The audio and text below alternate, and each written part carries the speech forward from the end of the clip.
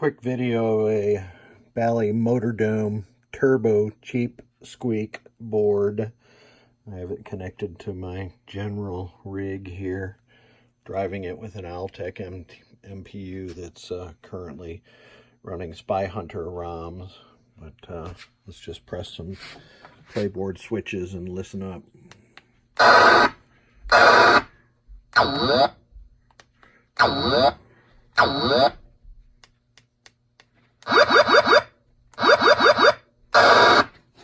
I'd say that's working correctly. I'm going to press the diagnostic switch.